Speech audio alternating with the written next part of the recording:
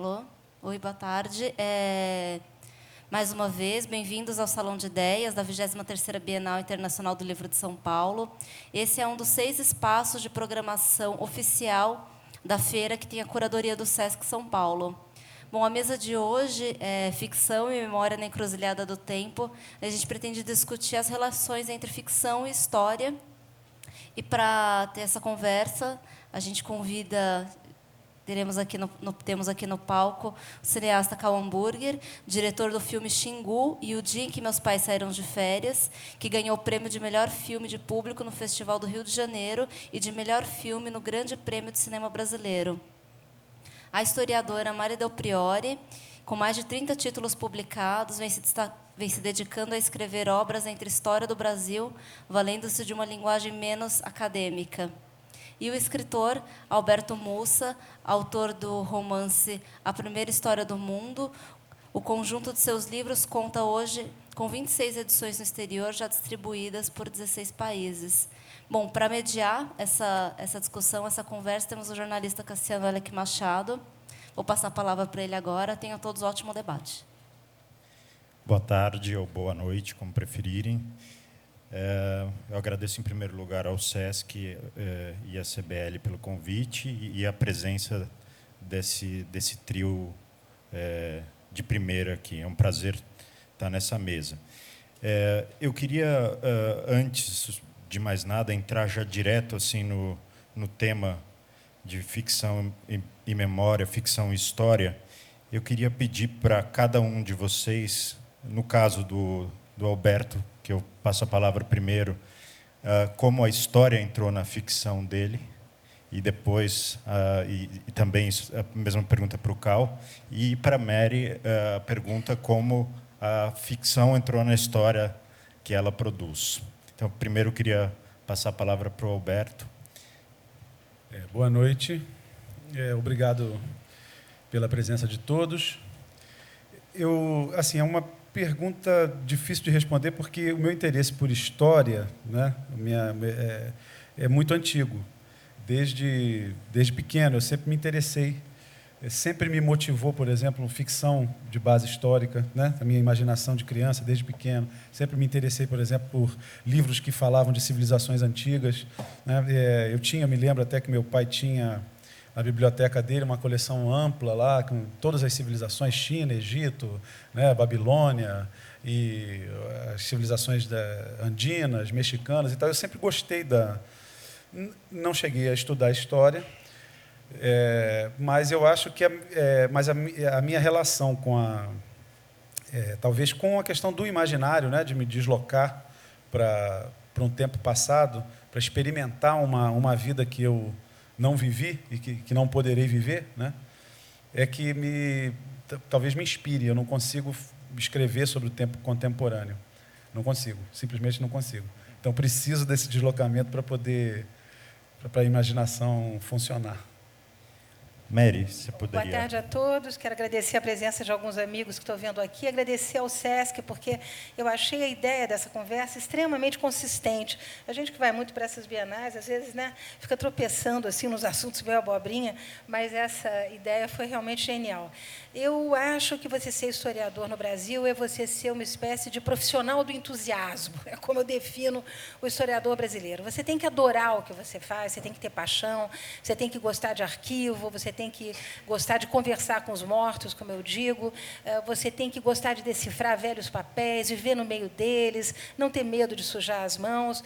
Mas, ao mesmo tempo, depois de 13 anos de Universidade de São Paulo, eu comecei a me dar conta que era necessário falar de história a partir de outras plataformas, né? A academia não pode ser absolutamente a única detentora do saber sobre como viveram os nossos antepassados, como eles amaram, as suas tensões, os seus problemas.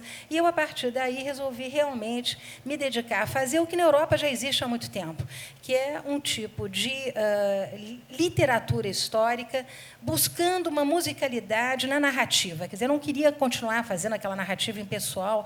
Todo mundo que já fez tese aqui sabe como nós somos recriminados, inclusive, se usamos muita adjetivação, ou se colocamos um título mais poético. Tudo isso é absolutamente proibido, para não dizer que desperta verdadeira repugnância, né, nas grandes universidades possibilidades. E eu queria justamente fazer uma coisa diferente. E a história tem uma coisa que é absolutamente fascinante, sobretudo a história do Brasil, que é a matéria ficcional. Na nossa história, nós vamos encontrar todos os enredos que encontramos nos grandes romances. Adultérios, amores violentos, crimes, como tão bem mostrou o Beto no trabalho dele. E eu achava, então, que era preciso desenvolver isso para o grande público, quer dizer, abrir uma porta para nós conversarmos com as pessoas que, como o Beto, algum dia gostaram de história. E, sem dúvida nenhuma, a nossa documentação apresenta um verdadeiro buquê, um leque, né, de possibilidades da gente estar desenvolvendo uma bela pesquisa, mas com o cuidado de ter música naquilo que escreve, com cuidado de fazer um belo fraseado, de tocar o coração do leitor. O Beto falou em evasão, nessa necessidade de viajar através da literatura. E eu diria que a história sempre foi sinônimo de evasão. Nós temos que tomar um tapete mágico e irmos para o passado. E isso é muito bacana, quer dizer, podermos viver aventuras, viver essa evasão, viver outros momentos, através da matéria-prima que é a nossa própria carne e sangue, que é o nosso próprio passado, a nossa história do Brasil. Então, foi uma paixão. O CAU tem, pelo menos, dois longas que trabalham muito diretamente com a história.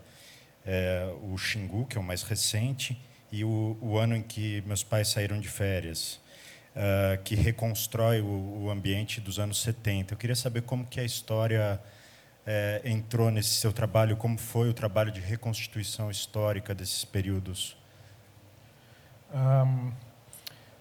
Eu nunca pensei muito sobre isso.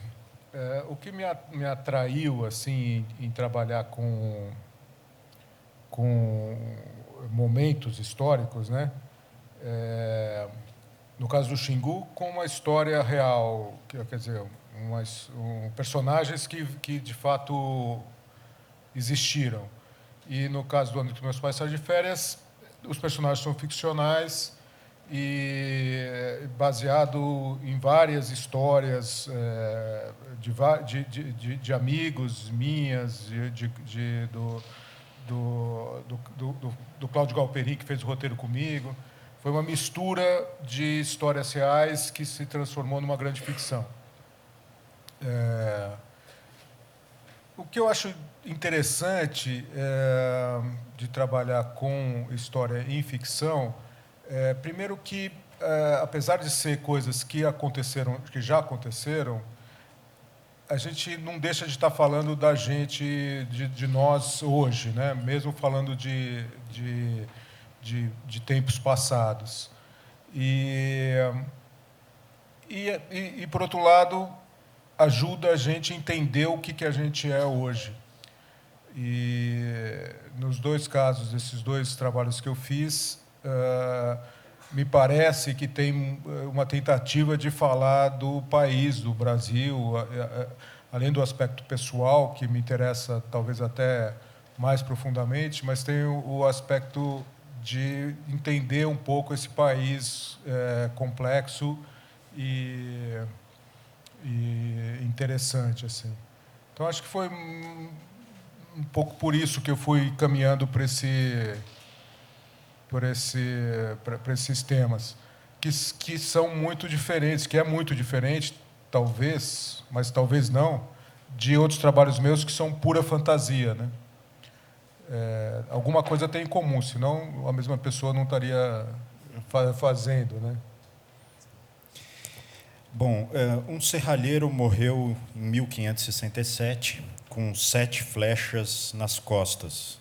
É um crime que pode ser considerado o primeiro do Rio de Janeiro.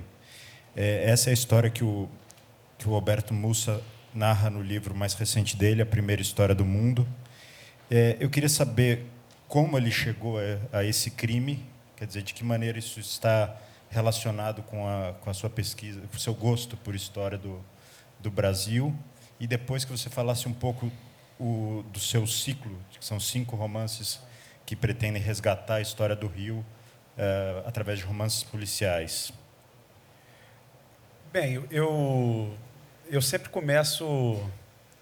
Eu sou um autor assim, muito esquemático, muito cerebral. Eu começo pelo assunto que eu quero abordar, né? Então, no caso aí da primeira história do mundo, eu queria trabalhar com o mito das Amazonas. Queria fazer algumas provocações com os leitores, né, com a ideia desse mito das Amazonas, que é um mito que existe, né, que nós herdamos da cultura clássica, mas que, curiosamente, também está presente em narrativas americanas, né, indígenas, e com características diferentes, mas particularmente o mito das Américas, e parece que esses mitos devem ter se fundido aqui, né, porque logo Colombo, lá nas primeiras cartas dele, já cita as mulheres sem marido, e houve uma proliferação de autores que escreveram. Teve gente, né, como que desceu o Rio das Amazonas, encontrou com essas mulheres, guerreou, e viu cidades de ouro, cidades com 7 portões, e não sei o quê, umas coisas assim fascinantes, né, que a gente tem registrado, né, como relato verdadeiro. E uma série de... Os mitos americanos, eles tratavam particularmente da história da dominação da mulher pelo homem. Então, existiu, segundo a teoria indígena, né, uma grande parte deles, uma época em que as mulheres tinham poder e que esse poder foi suplantado. E algumas dessas mulheres que eram antigamente, as detentoras do poder, conseguiram escapar, e elas são as Amazonas. E havia também uma associação interessante, porque o controle da mulher era essencialmente um controle sexual, um controle dos impulsos sexuais femininos, um regramento, né? Então, nós temos o mito de Jurupari, uma série de outros mitos americanos que tratam disso. Então, eu comecei por isso. Eu queria uma história que me desse uma oportunidade de discutir, inserir, né, esse mito das Amazonas no livro. E aí eu comecei, então, a fazer as minhas leituras. Eu não sou um pesquisador, não sou um teórico, não tenho nem instrumento para... Por exemplo, nunca fiz um curso de paleografia, não tenho condição de ir a um arquivo para pesquisar documento nenhum. E o que eu faço é ler os livros dos historiadores, né? E comecei a ler. Então, reli, né, cartas dos jesuítas, reli os livros de história do século XVI, fui lendo tudo que tinha sido escrito sobre o século XVI ou textos do século XVI. E aí eu me deparei com o dicionário do Elísio Belchior, que a gente estava comentando há pouco, né, falando ali dentro do camarim, que registrou, é um dicionário biográfico de todas as pessoas que estiveram na Baía de Guanabara antes da fundação da cidade ou depois, que viveram no Rio de Janeiro. E ali eu encontrei essa história, uma história que vem contada em 7 verbetes, se não me engano, não são mais do que 7 verbetes, cada um desses personagens, é um fato real. Eu presumi que fosse o primeiro, porque não havia menção a outra, eu li o dicionário inteiro, né? Eu li todos os verbetes. Então, encontrei lá a história desse homem que morre com 7 ou 8. Isso é uma circunstância também muito interessante, porque não sei como seria possível essa confusão, né? 7 ou 8 flechas. Então, eu imaginei uma solução para essa aparente dúvida, né? Eu tive que imaginar por quê. E, bom, só para concluir brevemente, a história tem esses traços. Ele morre com essas 7 flechadas. A causa do crime é a mulher dele, do serralheiro, um homem, né, que está numa posição econômica baixa, né, dentro daquele quadro social, não é um proprietário de terras, não é uma pessoa que tivesse acesso a cargos públicos, né, ele é um trabalhador mecânico, né, como se dizia, né, e o motivo do crime é a mulher, e 10 pessoas dentro da cidade, 10 homens, são acusados, né, sofrem o competente processo lá para apuração do crime. Numa cidade de 400 moradores, né, você ter 10 pessoas com oportunidade, com motivos para matar por causa da mulher da vítima, era exatamente o que eu precisava para inserir a minha história, o que eu queria falar, que era, na verdade, um mito das Amazonas, porque é uma história de uma sociedade extremamente patriarcal, machista. O número de mulheres na cidade era inferior ao de homens, porque a cidade tinha acabado de ser fundada, então era basicamente composta por guerreiros, soldados, né, e a população estava se reconstituindo, estava se construindo ainda. Então, eu achei que era a oportunidade. Então, foi mais ou menos por acaso, né? Foram essas leituras casuais. Quer dizer, eu precisava fazer as leituras porque eu queria ambientar no século XVI. Mas a história me surgiu bem assim por acaso. E foi uma sorte muito grande. Né? A gente precisa ter sorte em tudo que faz. Né? E eu dei essa... Inclusive para ganhar no jogo do bicho. Depois você vai contar essa história. Mary, eu li uma entrevista sua sobre quando você lançou O Príncipe Maldito, que você dizia que as pessoas perguntavam, mandavam cartas, espíritas mandavam cartas perguntando se você tinha a capacidade de voltar ao tempo e tal, fazendo uma relação entre o seu trabalho, a sua reconstrução do passado e o espiritismo. Você está lançando agora Do Outro Lado, a história do sobrenatural e do espiritismo pela editora Planeta. Queria saber como você chegou a essa história em especial e se, de alguma maneira, esse contato com os espíritas te levou a chegar a essa história. Bom, foram várias biografias, né, depois do Príncipe Maldito, mas foi muito curioso, porque quando eu escrevi esse livro, um personagem absolutamente desconhecido da nossa história e, ao mesmo tempo, fascinante, alguém que tentou dar um golpe no Dom Pedro II e na Princesa Isabel, um bad boy do século XIX, porque era um cara, enfim, totalmente... Ele tem uma carga de sofrimento. Ele é o primeiro cliente de Freud, o primeiro cliente brasileiro de Freud. É uma coisa interessantíssima. Freud diz para ele, você é apenas um príncipe triste, você não tem nenhuma doença. Mas ele é um rapaz que sofre, obviamente, de uma descompensação psicológica qualquer, que vai se agravando com o tempo, e ele fica, então, nessa espécie de piração de tomar a coroa do avô e da tia, e acaba internado, tragicamente, num manicômio em Viena, depois do exílio da família imperial. Eu diria que essas biografias sobre a família imperial são absolutamente fascinantes, porque a documentação é fascinante. O Beto está aqui dizendo que não é historiador, mas é assim, porque esse livro dele é realmente um trabalho primoroso de investigação histórica. E o que nós temos hoje no Museu Imperial são dezenas de cartas, de relatos, de bilhetes sobre a vida cotidiana da família real, o que me permitiu escrever depois a história da Condessa de Barral, com o Dom Pedro II, que eu digo que é o Dom Pedro II de pijama, e a Condessa de Barral de bobs na cabeça, porque ela desqualifica o nosso imperador o tempo inteiro, dizendo que ele não sabe comer, que ele não tem modos à mesa, né, que ele devia lavar as unhas de vez em quando, que ele tinha as unhas pretas o tempo inteiro, que ele tinha esse péssimo hábito brasileiro de ficar tocando nas pessoas, nas festas das cortes europeias, que isso não se fazia. Enfim, é uma espécie de história do império com o tapete levantado, e a gente vendo ali, eu não diria que é sujeira, mas aquilo que a família imperial tem de mais humano, que é ser muito parecido com a gente. Né? Eles tinham um problema crônico, que nós brasileiros temos até hoje, que é a dureza absoluta. Eles não tinham tostão. Né? Isso fazia parte da vida deles, da correspondência deles. O Conde II escreve para a Princesa Isabel, não vamos gastar, estamos sem dinheiro, por que você gasta tanto com tanta bobagem?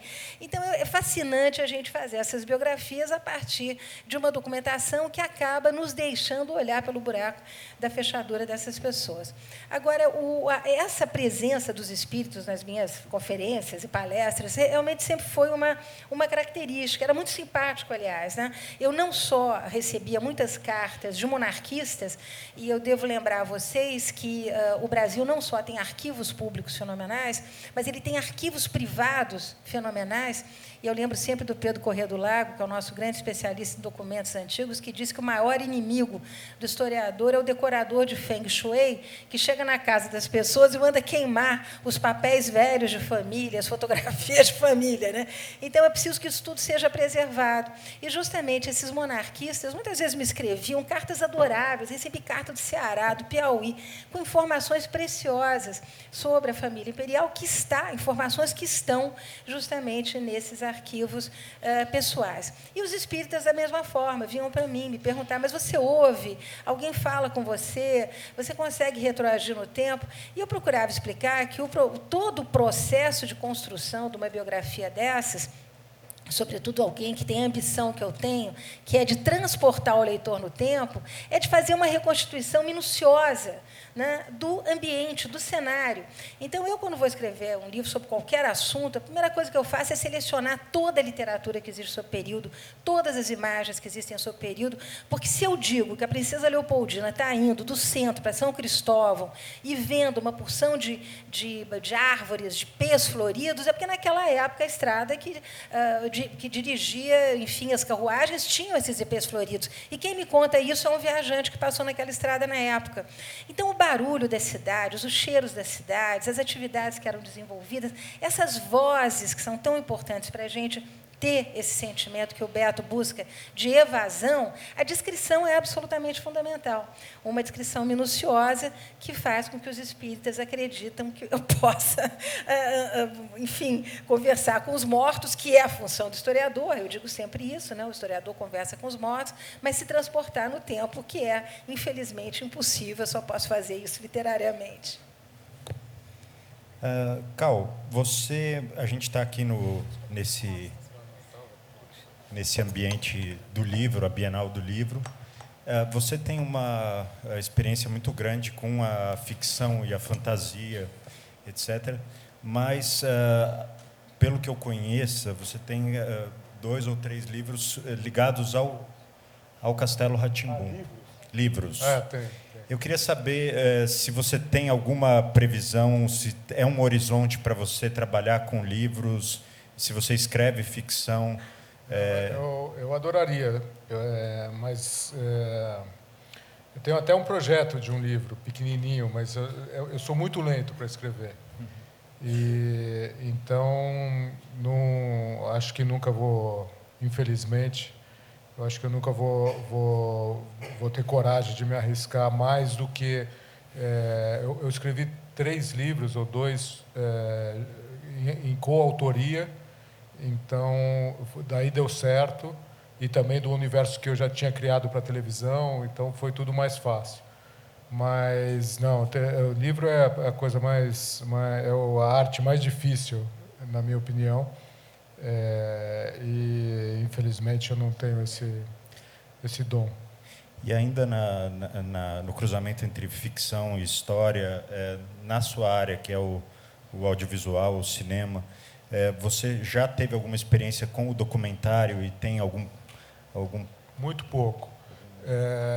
Tenho uma certa dificuldade com documentário. Eu devo fazer um esse ano e o ano que vem, um documentário longo, mas eu tenho muita... Para mim é sempre muito misterioso, porque não tem roteiro, então não tem não tem a história para se seguir, vai se descobrindo. Então, para mim, é muito misterioso. Prefiro trabalhar com ficção. Mesmo quando eu estou trabalhando... Isso assim, os 2 filmes que eu fiz, que têm ligação com a história, mas mais o Xingu, que eram com pessoas reais, com personagens que existiram de fato, mas, mesmo assim, eu nunca achei que eu estava retratando pessoas... Quer dizer, é muito difícil você... Por mais que você pesquise e tenha certeza que aquela estrada tem ipês floridos e tal, quando chega na hora das cenas, você inventa a cena, né? Não tem como reproduzir cenas que aconteceram, ou mais ou menos, né? Você sabe mais ou menos que que o personagem falou não sei o que para fulano, mas não dá para saber se ele estava sentado, em pé. É sempre uma ficção, né? De uma certa forma, sempre se torna uma historinha, né? Não é ou não? Eu diria que não. Eu diria que os historiadores eles têm um material abundantíssimo. Quer dizer, você não tem detalhes da cor da gravata, da meia, da cueca, mas, enfim, você sabe exatamente onde é que ele se encontrava, quem era o interlocutor. E sobretudo, quando se reconstrói, como o Beto fez, e eu para o 16, eu faço para o 19, a cidade do Rio de Janeiro, aí realmente os elementos são da maior riqueza, né? Agora mesmo, para esse último livro, que é esse sobre espiritismo, que eu acabei escrevendo justamente, vocacionada por todas essas cartas que eu recebo, a cidade do Rio de Janeiro, é curioso, ela aparece a partir da documentação sob outras luzes, né? Luzes, falta de luz, justamente, porque é no escuro que todos os rituais, por exemplo, africanos, se processam, ou é na obscuridade que as mesas volantes, onde se interpelam os espíritos, acontecem, tem lugar. Então, eu diria que a cidade vai mudando, eu acho que o Beto mostra isso muito bem no livro dele, a partir do olhar que você tem, inclusive, apoiado na documentação histórica. É possível, lógico, detalhes mínimos e, obviamente, a evitar diálogos, né? Porque aí fica muito caricatural.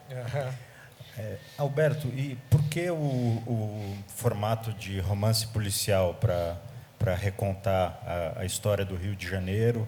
E eu queria que você falasse um pouquinho mais da estrutura dos seus os 5 romances. Você está no terceiro, não é isso?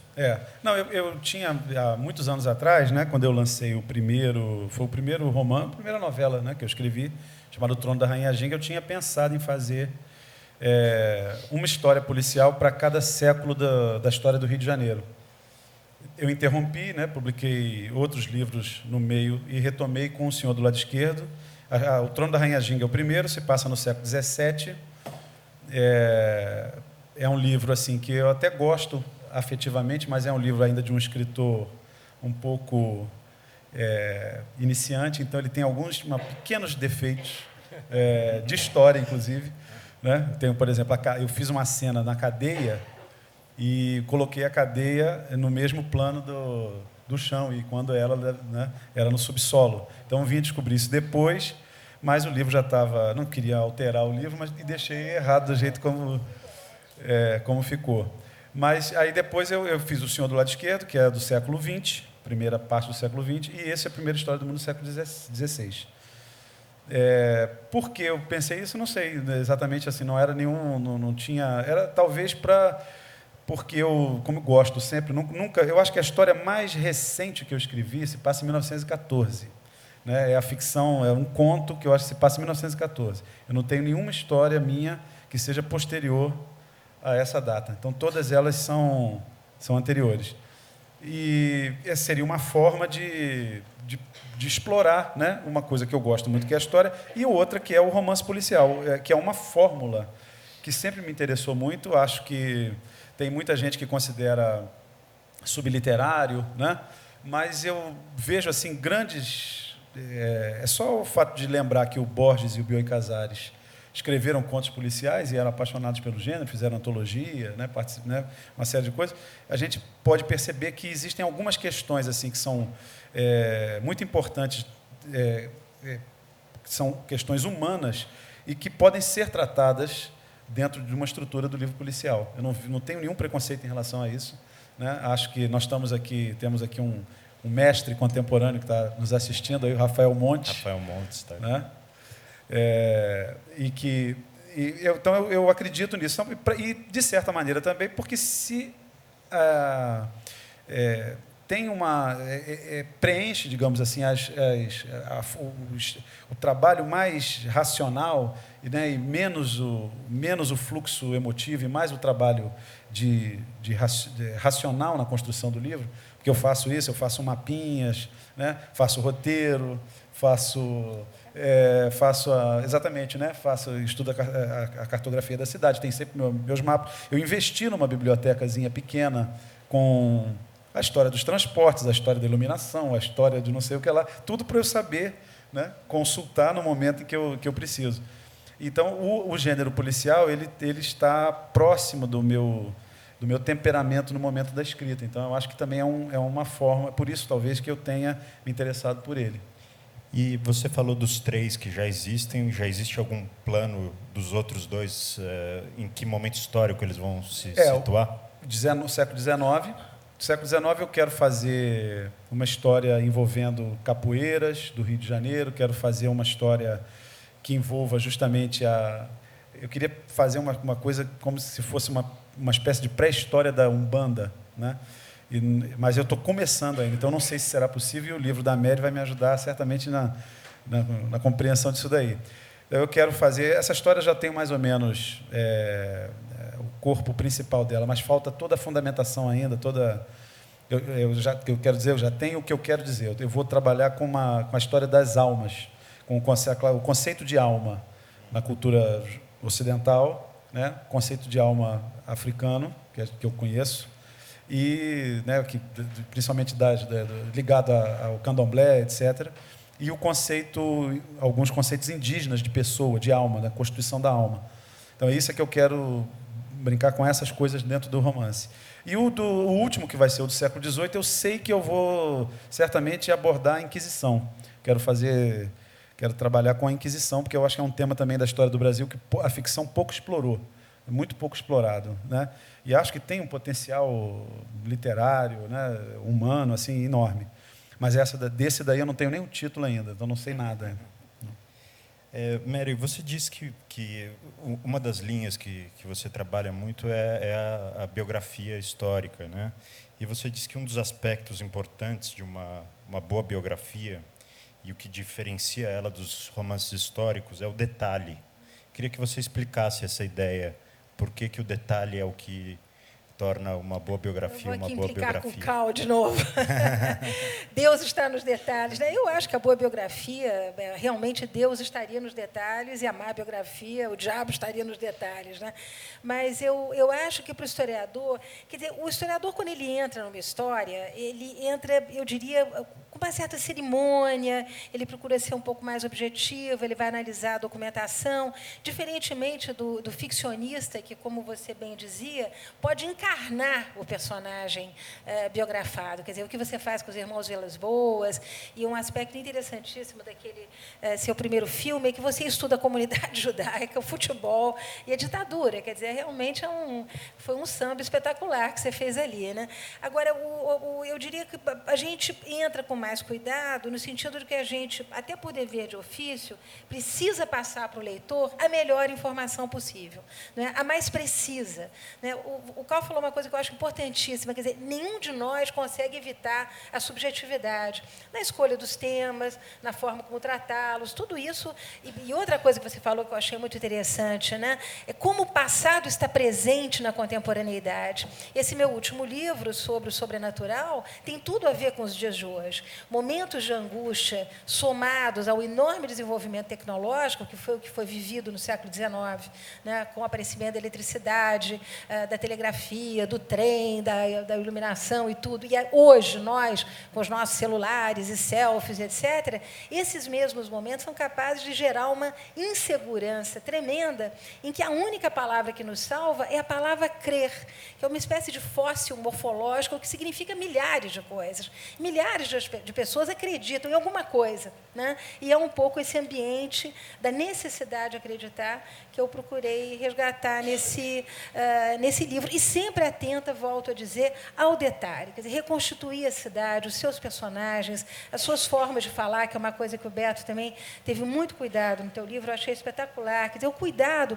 na escolha dos nomes. Quer dizer, não dá para você ter um personagem do século XVII chamado Roberto Carlos, entendeu? Não dá, não existe. Então, você tem que ser fiel também na escolha dos nomes, das palavras que você vai utilizar. Um equívoco que a gente vê que aparece muito no cinema brasileiro, sobretudo quando se faz cinema histórico, é uma total incompreensão do que foi a sexualidade no passado. Quer dizer, no passado, o que atraía numa mulher era um pedaço de pé e um pedaço de mão, né? Ninguém ficava de bunda de fora, ninguém ficava se rebolcando na praia, pelado. Isso não existia, né? Ninguém beijava na boca, a pasta de dente, a escova não tinham sido inventados. Então, essa desconsideração com a informação histórica, com o detalhe que faz a diferença da boa e da má biografia, eu acho que é um problema também de quem ficcionaliza história, não é? No cinema. Então, o detalhe é importante, o detalhe é precioso, e é o detalhe, a meu ver, que dá aquilo que é fundamental, a verossimilhança. Né? Nós temos que nos sentir ali, naquelas ruas, sentindo aqueles cheiros, ouvindo aqueles barulhos, ouvindo as pessoas falarem. Essa verossimilhança você só consegue no detalhe. E como alguém tão apegado à verossimilhança, como você vê a prática da ficção?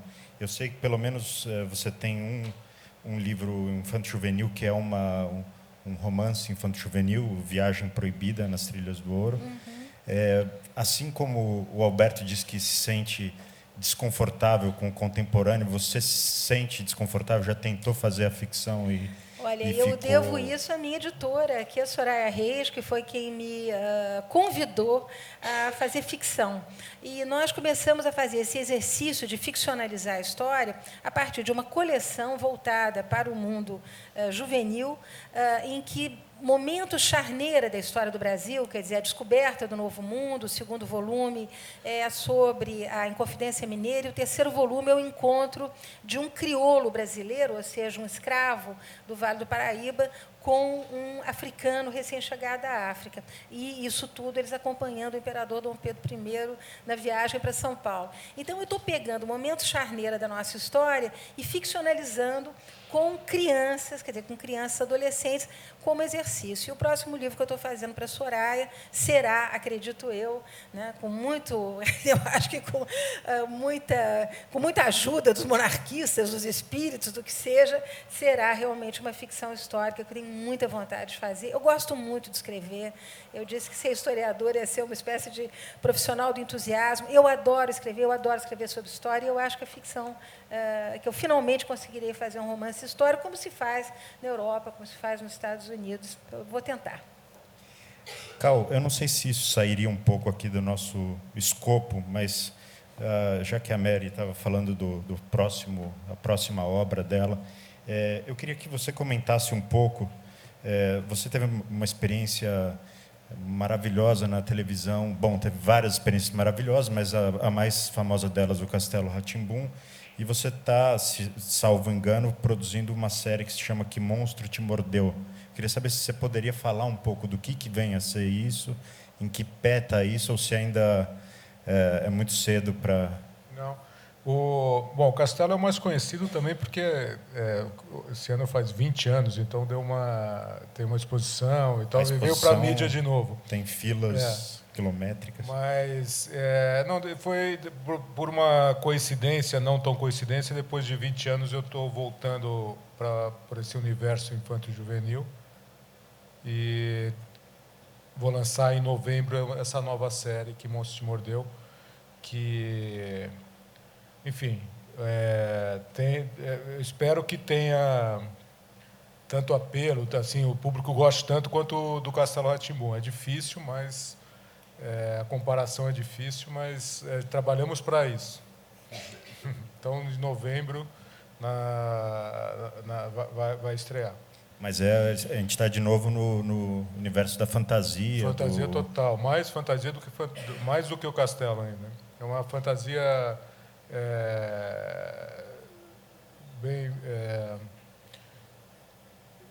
tem uma novidade, assim, é interessante essa coisa o Castelo foi feito há 20 anos atrás, quando a gente estava no começo da revolução digital, né, que a gente está passando agora, né?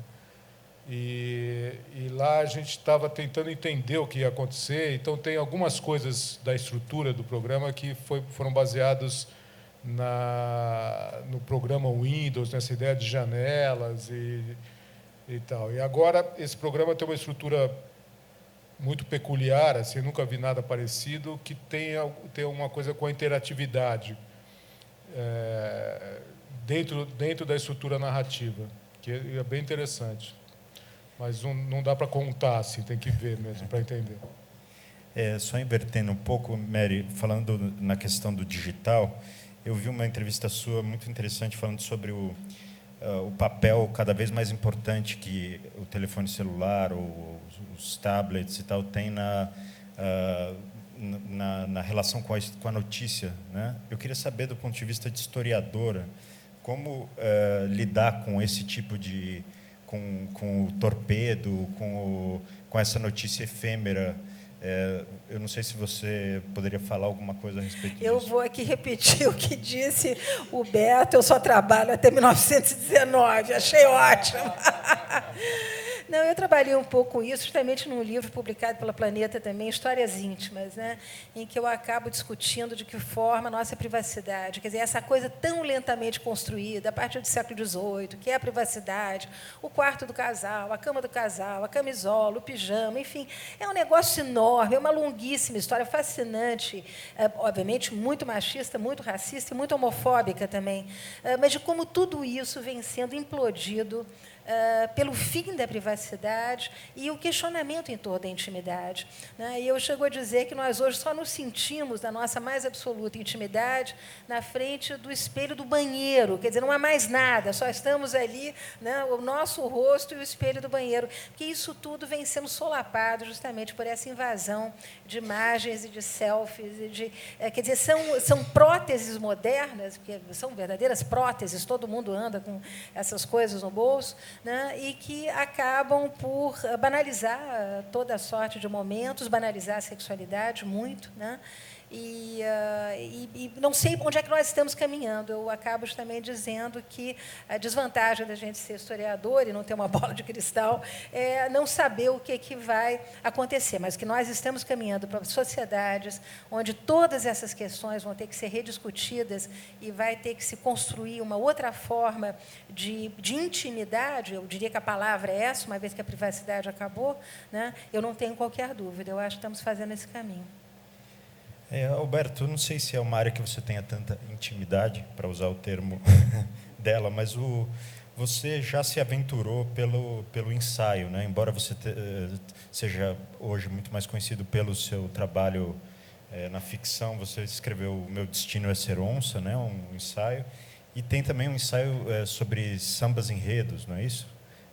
Eu queria saber como que é a experiência para alguém que está imerso na ficção, de trabalhar com a não ficção. Bom, no caso aí do samba de enredo, eu sou apaixonado, né, por escola de samba, né, desde de pequeno frequento escola de samba desde garoto, desde 14 anos, 13, 15 anos. Fui ao desfile, acho que meu primeiro desfile foi em 75, né, eu tinha 14 anos justamente. E praticamente todo ano eu assisto. Um ano ou outro, às vezes não consigo comprar o ingresso, mas normalmente assisto. Esse ano, no próximo ano que vem, com certeza eu vou, né? Vou os 4 dias, vou todos os dias, desde todas as escolas, desde as pequenininhas às maiores. E eu senti uma vontade de conhecer o meu parceiro de livro, né, o Luiz Antônio Simas, que tem exatamente a mesma paixão, e eu achava que era uma coisa que eu queria, né? Mostrar que o samba de enredo tinha uma nobreza, tinha uma dignidade, uma grandeza, e que merecia ser conhecido academicamente, né? Que ele pudesse ser um objeto de estudo e tal, porque eu acho fantástico a experiência da escola de samba é uma coisa, eu acho impressionante, acho fascinante aquele momento ali da avenida, o tipo de narrativa, né? E já no Meu Destino é Ser Onça, eu tenho que confessar para você, porque nós na época, né, na editora, não sabíamos como classificar o livro. Porque eu fiz uma coisa que os antropólogos me criticariam, né? Eu fui avisado pelo Eduardo Vieira de Castro, com quem eu conversei antes de escrever, que falou assim, olha, você vai ser muito criticado porque ninguém faz mais isso, né? Que é reconstituir uma narrativa mitológica. Isso, do ponto de vista da atual teoria antropológica, seria impossível. Mas, literariamente, é possível, né? Então, me interessava a literatura, não me interessava a antropologia, porque eu também não sou antropólogo. E, então, o que eu fiz? Eu reconstituí um texto que nunca existiu, né? Essa foi a brincadeira. E nós não tínhamos ideias. Como é um livro em 3 partes, em que eu conto essa história. Depois eu cito todas as minhas fontes. E depois eu ainda faço um ensaio no final para dizer quais foram os critérios que eu utilizei para escolher, por exemplo, entre 2 variantes de uma mesma história, que do ponto de vista antropológico as 2 variantes não são conflitantes, de um ponto de vista narrativo elas podem ser, e são, né? Eu não posso ter umas 2 histórias do roubo do fogo dentro de um mesmo ciclo mítico, digamos assim. Eu tenho que escolher uma versão, né?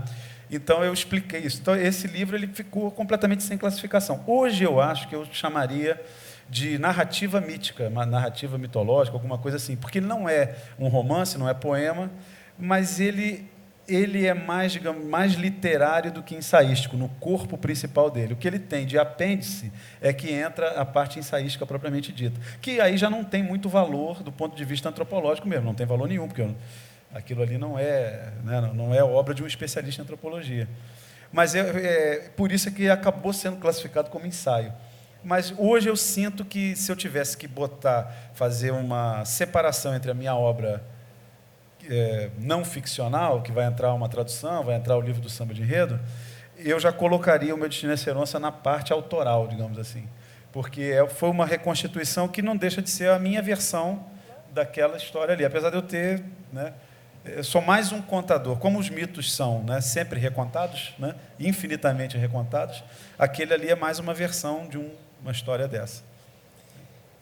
Mary, você faz algum tipo de divisão na sua bibliografia? Você tem uma bibliografia enorme e você mesma fala da questão da literatura histórica de divulgação. Você faz uma divisão entre os livros, digamos, sérios e os livros que são Os de livros brincadeira? sérios são aqueles que a gente escreve sobre a férola da universidade, né? Não, eu continuo publicando muito e tenho muito prazer de continuar pesquisando academicamente, ainda dou aula em pós-graduação e tem uma relação muito boa com o Unesp. A gente vem publicando livros geniais, História do Corpo no Brasil, História do Esporte no Brasil, História dos Homens no Brasil, que já está, acho que na 3ª edição, foi um sucesso total. Eu tinha ganhado Jabuti com História das Mulheres, então agora História dos Homens. Vocês não sabem o que vocês sofreram, meus queridos, vocês têm que ler esse livro, porque realmente é muito interessante. Mas eu acho um absurdo essa armadura na qual querem nos colocar. Quer dizer, o Beto acabou de dizer, bom, aí os antropólogos, eu ia tomar um pau dos antropólogos. Bom, eu tomei todos os paus, né, dos historiadores com os livros que venham fazendo. Eu acho isso um absurdo. Eu acho que nós temos que ter absoluta liberdade, inclusive de não nos identificarmos com nenhuma, digamos, nenhuma dessas descrições, né? Você pega, por exemplo, a literatura francesa hoje, você tem todo tipo. O livro do Beto poderia estar em história policial, literatura policial, poderia estar em literatura de aventura, literatura de viagem, de evasão, e os meus também. Quer dizer, eu acho que está na hora de nós começarmos a recusar também esses rótulos que não servem muito para nada. Eu quero fazer a melhor história possível, né, para leitores diferentes, e é isso que eu estou fazendo. Agora, eu acho um absurdo esse temor no qual a gente vive, o que é que vão dizer, os meus livros serão aceitos na universidade ou não, é preciso que um grande historiador dê a sua bênção, né, para que as biografias, então, sejam adotadas nos cursos de história. Eu acho isso tudo risível, né, típico de uma pequena província onde se faz pouca literatura. Qualquer parte do mundo, tudo isso seria de uma banalidade atroz. Então, não separo, não, mas quem me lê pode ficar tranquilo que eu procuro fazer o melhor possível em todo tipo de livro que eu publico. Cal, nessa experiência que você teve com o Xingu, eu não sei como foi, eu queria que você falasse um pouquinho de como foi a pesquisa do ponto de vista histórico, mas eu queria saber como você ficou vinculado com essa questão do índio e, quer dizer, o que isso traz para o seu cotidiano de hoje, o que você aprendeu com isso, com essa experiência específica. A pesquisa foi a parte do processo mais prazerosa e mais longa. Você esteve 4 meses lá, não é isso? Ou... Eu tive algumas vezes no Xingu, mas a pesquisa toda, assim, foram 2 anos e pouco, assim, de pesquisa, com uma antropóloga, amiga minha, e daí a gente pesquisou, a gente conversou foi uma pesquisa oral, vamos dizer assim, mais do que em documentos, também em documentos, mas foi mais oral. Primeiro porque os índios contam a história oral, né? Então eles contaram muita coisa para a gente ficou muitas horas ouvindo o índio falar, e índio fala pra caramba, fala muito, e gesticula, e conta a história, sempre pega lá do começo, do passado, para vir. E também conversamos muito com quem conviveu e com antropólogos também, com historiadores. Então foi uma pesquisa muito ampla e muito prazerosa. Inclusive, eu só entendi o filme que eu estava fazendo a primeira vez que eu fui ao Xingu, já que você mencionou a minha ida lá. A primeira vez que eu fui, que eu vi aquela civilização, eu entendi os caras que eu entendi por que os irmãos Vilas-Boas ficaram tão encantados e tão fascinados com a ponto de dedicar a vida deles para proteger, né, aquela civilização e aquela cultura. Eu me considero leigo na cultura indígena, inclusive porque deve haver e certamente há uma diversidade de etnias, né? Então, eu conheci a do Alto Xingu e mais algumas, mas não conheço o resto das culturas, né? Eu li o livro do Mussa, adorei Meu Destino é Ser Onça, e li meio como literatura, até para mim ficou mais forte a primeira parte, né? Que é a parte então eu me considero leigo. Agora realmente eu me encantei profundamente com a cultura deles. É uma cultura diferente da nossa. Basicamente, eu acho que talvez a coisa que mais me marcou assim foi perceber nitidamente e junto com eles e na pele, assim, na convivência com eles e não na teoria, como eles se colocam, se consideram no mundo, quando eles consideram a humanidade no mundo e como nós nos consideramos, principalmente, eu acho que fica claro na cultura judaica cristã. Para mim, fica muito claro no primeiro Testamento, no Gênesis, quando fala quando a gente acredita, né? Quando a nossa cultura acredita que nós somos feitos à imagem e semelhança de Deus e que Deus nos fez para tomar conta da terra e sermos os senhores da terra e dos animais e tudo. Então essa para mim a diferença fundamental, assim, sabe? Eu percebo na cultura indígena que o ser humano é mais um no mundo muito misterioso, assim. Não é só mais um em relação à onça ou em relação ao rio, ou mas é a árvore ou ao jacaré, mas é mais um em relação aos espíritos todos. Então é um mundo muito mais complexo e muito mais rico, e o ser humano não é o dono disso e nem é a imagem e semelhança de quem criou isso. Então essa nossa arrogância que vem desde realmente uma mudança, assim. No resto eles são muito parecidos com a gente, né? Eles comem, eles se apaixonam, eles traem, eles, enfim, guerreiam, matam e tudo. O resto é tudo, tem família, gosta do pai, venera o avô, é tudo muito parecido, mas tem uma coisa fundamental que para mim foi a coisa que mais me chocou, assim, que um espelho mais nítido, assim, para nos enxergar, né? Eu recebi aqui um aviso que a gente já está chegando no final e a gente tem um tempo aí para perguntas do público. Então, se alguém tiver interesse.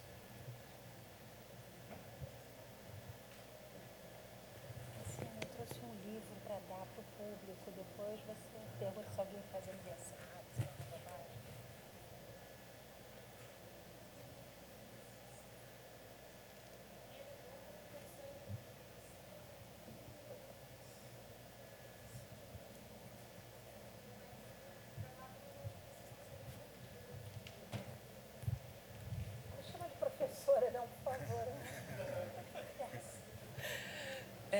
Minha pergunta é para a Mari Del Priore. Para você sair da academia, é tão gratificante quanto fazer a primeira tese, ser aprovada pela academia, porque, pelo que eu percebo pelos seus livros, é sempre aquela gratificação de transmitir o conhecimento. Como você se sente ao transmitir o conhecimento fora da academia? Acabar com esse academicismo. Desculpa, não sei se eu fiquei bem claro. Eu te agradeço. Eu não me sinto assim transmitindo conhecimento, né? Eu me sinto fazendo uma coisa que eu adoro, que é escrever sobre história. Mas sair da universidade foi absolutamente obrigatório, porque esse tipo de coisa você não consegue fazer num horizonte tão fechado quanto das nossas universidades públicas. Agora, eu lembro sempre uma questão que costuma ser esquecida. Se a universidade, até, eu diria, uns 10, 15 anos atrás, tinha o poder absoluto, né, de definir o que fosse história ou o que fosse antropologia, né, hoje ela não tem mais esse poder. Hoje, quem define o que é história, o que é antropologia, é uma coisa chamada opinião pública, né? O 1818, do Laurentino, jamais teria feito o sucesso que fez se dependesse das críticas da academia. Então, milhares de leitores, milhares de brasileiros que nunca se interessaram pela história de Dom João VI tiveram acesso a informações fundamentais, né, que os aproximaram da história do Brasil. Então, eu acho que é isso que conta, quer dizer, é a opinião pública, é a recepção do leitor, é a maneira, o carinho com que o leitor vai, enfim, percorrer o seu livro, vai se tornar fiel àquilo que você faz.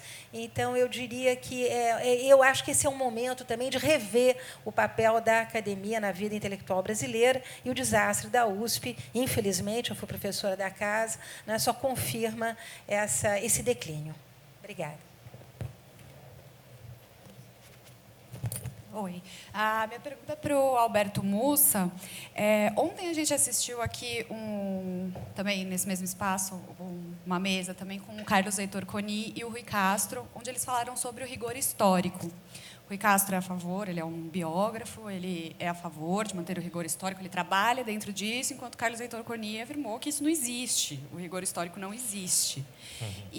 Então, eu queria saber, já que você escreve ficção dentro de um contexto, de uma história que realmente aconteceu, se você mantém uma reprodução fiel desse cenário ao período histórico, ou se você faz alguma modificação em benefício da história que você já tinha pensado, em benefício da sua ficção. Bom, assim, na verdade, eu procuro obter o máximo de informações, né, sobre o aspecto físico né, eu estou escrevendo sobre o Rio de Janeiro, então, até porque, como é a cidade em que eu nasci e moro até hoje, eu posso visitar os lugares, então eu vou nos locais, né? Então, se eu quero descrever uma cena que é de um personagem que viu alguma coisa de um determinado ponto da cidade, eu vou até lá, para saber se realmente aquilo ali é possível, se aquela visão, né? Então, eu posso, em alguns locais, pelo menos, eu posso visitar. Agora, o que eu tenho medo da expressão rigor histórico, no sentido de um romance como o meu, particularmente, de ser encarado como né, como a nossa colega fala, transmissão de um conhecimento. Eu não quero transmitir nenhum conhecimento a respeito daquele momento. Eu procuro apenas ser o mais próximo possível. Eu quero me cercar o mais possivelmente de todas as informações que eu tenho para fazer um painel de fundo, principalmente. Como eu não faço também um trabalho e que eu acho mais fácil que o meu tipo de romance, por exemplo, no caso de um filme como Xingu, que você trabalha um personagem que existiu, né? É claro que o personagem, os Vilas Boas do Cal, são dele, né? São os personagens dele, mas de certa maneira ele vai investigar muito mais proximamente essas pessoas. E que num trabalho de história, o mais difícil é você tentar reconstituir o pensamento, os sentimentos das pessoas que viveram, não da paisagem, né? Eu tenho mais liberdade porque as minhas personagens são todas ficcionais. É um tipo uma outra linha de romance histórico, não exatamente daquele que reconstitui um evento ocorrido, de fato, né? Mas eu procuro me cercar, sim, de uma série de de seguranças. Agora, modificações. Vou te dar um exemplo claro. Nesse romance A Primeira História do Mundo, eu me baseei num geógrafo que fez um mapa conjectural da cidade no século XVI. Né? Então, a dele já é uma conjectura baseada nos documentos. E eu olhei o mapinha, achei uma graça, falei, tá perfeito, vou fazer a minha historinha aqui. Só que eu precisava de uma ruazinha um pouquinho mais escurinha, um pouquinho mais suburbana, digamos assim, mais para o final. Então, eu falei assim, eu vou, na minha cidade, eu vou mexer um pouquinho nessa rua, fazer uma curva para trás, para poder dar o recurso ficcional que eu preciso. É uma liberdade que quem faz romance pode ter. Então, apesar de eu ter preservado a essência da cidade, uma cidade com 3 ruas, por exemplo, que é a característica dela, a cidade tinha 3 ruas. Então, eu mantive as 3 ruas, só que o traçado de uma das ruas eu modifiquei. Então, é isso aí. Então, são coisas que o romance te permite, né? Se me permite só acrescentar alguma coisa, porque eu gosto muito do Rui, somos muito amigos. Eu acho que o Rui também tem uma preocupação enorme, porque até bem recentemente, a biografia, sobretudo, de personagens contemporâneos, se você desviasse o mínimo que fosse, você tinha um processo em cima de você, e processos caríssimos. Né? Ele foi vítima de processo, Nelsinho Mota, que é grande amigo também. Quer dizer, eu acho que esse rigor que ele justamente enfatiza tanto, também no sentido de proteger o autor da obra de qualquer investida hidrofóbica da família. Né? Eu acho que entra isso também. E é por isso que ele é tão cuidadoso, ele diz que ele vai atrás do amigo, que ele não sossega, né? Enquanto não entrevista até a última voz, mas é o medo também que todos nós que fizemos biografias temos de acabar, enfim, tendo que pagar multas pecuniárias que são incompatíveis com o que nós ganhamos.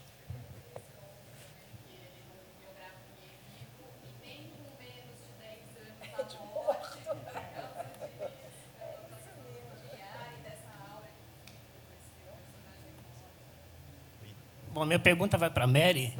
É assim, na medida que você se distancia da história contemporânea, como que você trabalha a confiabilidade das suas fontes? Que não seja uma coisa assim, uma história chapa branca, né, como a gente conhece.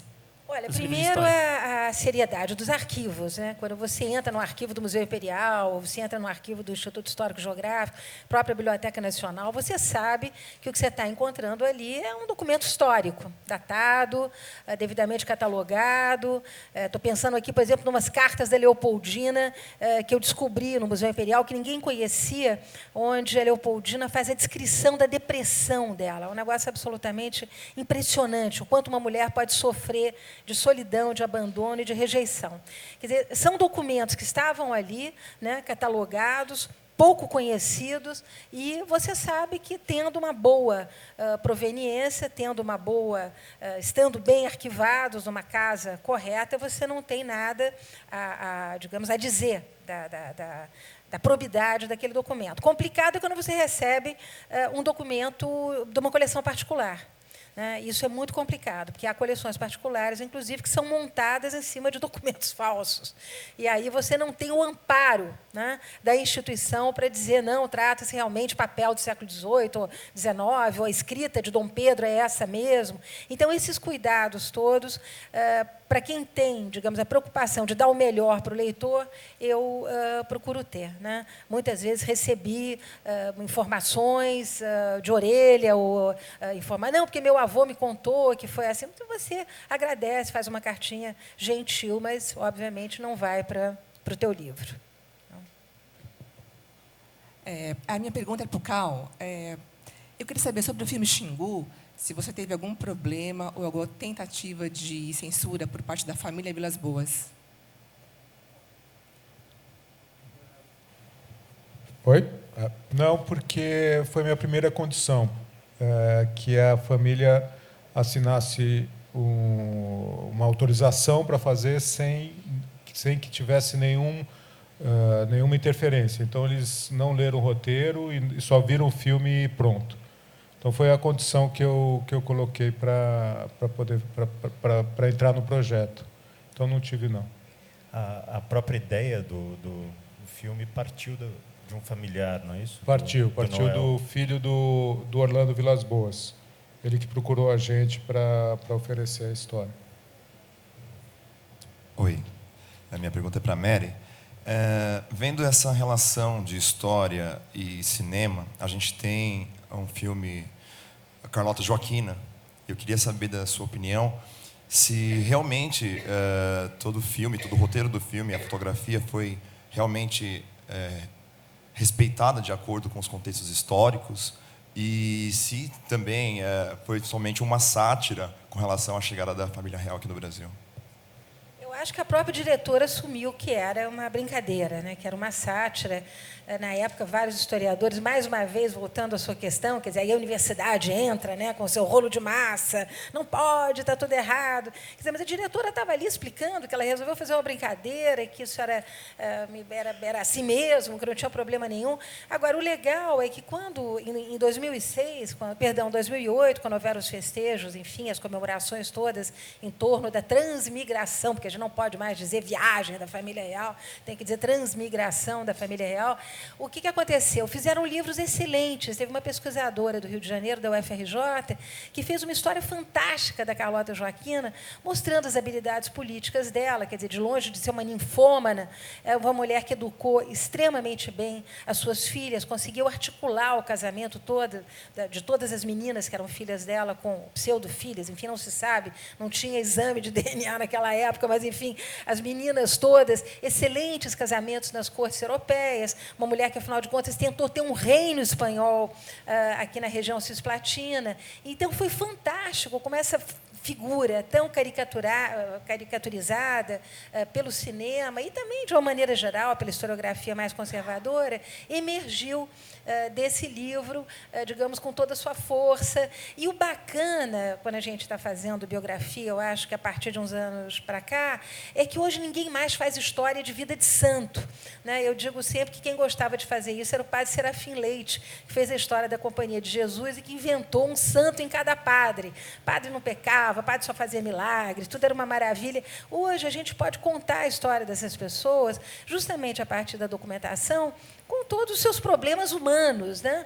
A Carlota Joaquina traiu Dom João VI, havia dúvidas, sim, sobre a paternidade de vários dos seus filhos, mas foi só isso? Foi uma louca, uma ninfômana? Não, né? Foi uma grande política, uma hábil articuladora e uma mulher que tinha relações diplomáticas na Europa. Então, o bacana é ver que uma coisa dessa pode suscitar depois uma bela obra que vai nos fazer conhecer melhor esse personagem histórico. A gente tem tempo para uma última pergunta que vem ali de cima. Primeiramente, boa tarde a todos. Eu sou o Jefferson. Então, na verdade, eu vou fazer duas perguntas bem rápidas. Assim. A primeira vai para o diretor do filme Xingu, né, porque eu percebi que o filme acontece na década de 40, no período Vargas. E tem elementos históricos interessantes que o filme acaba retratando, inclusive essa movimentação na parte norte e nordeste do país, né? E o mundo está em guerra e os Estados Unidos estão voltando o seu olhar, vamos dizer assim, para a parte norte e nordeste, para implantar suas bases navais. E vem essa questão da ficção que incomoda muito o historiador, né, professora Mary? E eu queria saber de você, quando diretor, até que ponto essa ficção ela também foi dosada, considerando todo o contexto histórico e a veracidade dos personagens que estão envolvidos. E a segunda questão, já para finalizar, vai para os dois escritores, a professora Mary, historiador, e o Mussa. Também vai nesse sentido, até que ponto o elemento histórico, né, ele também acaba sendo um elemento que tende a coibir, vamos dizer assim, a ficção, né? Porque você precisa ser, em determinados momentos, também fiel ao personagem. Você não pode reinventar, né? Tipo, na ficção a gente sabe tudo é possível, né? Mas até que ponto esse elemento da ficção ele é dosado por essa realidade histórica que é verdadeira, né? E está acontecendo. Enfim, obrigado.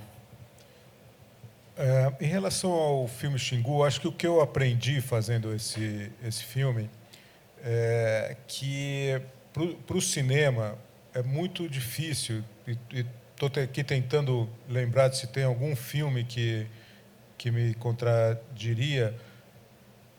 Talvez um filme que eu assisti há pouco, sobre a Margaret Thatcher, mas eu acho muito difícil em cinema fazer um filme que dê conta da biografia de uma pessoa. E muito menos de 3 pessoas, que no Xingu eram 3 irmãos. Isso eu aprendi meio na marra, assim, apanhando. E talvez, se eu tivesse percebido antes, eu teria tentado... Acho que eu teria mudado um pouco a estrutura do filme, do roteiro. No fim das contas, a gente tentou, de certa forma, abarcar muitos anos daqueles caras, e eu acho que talvez não precisasse. Mas o que eu acho que o Xingu... O lado bom do filme Xingu é que ele procura falar ele não está falando daqueles personagens.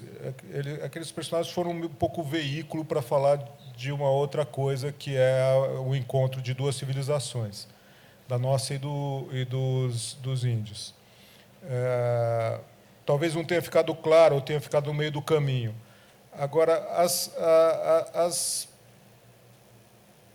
o contexto histórico, a gente procurou ser fiel e aproveitar o de bom o que aconteceu na época para usar em benefício do filme.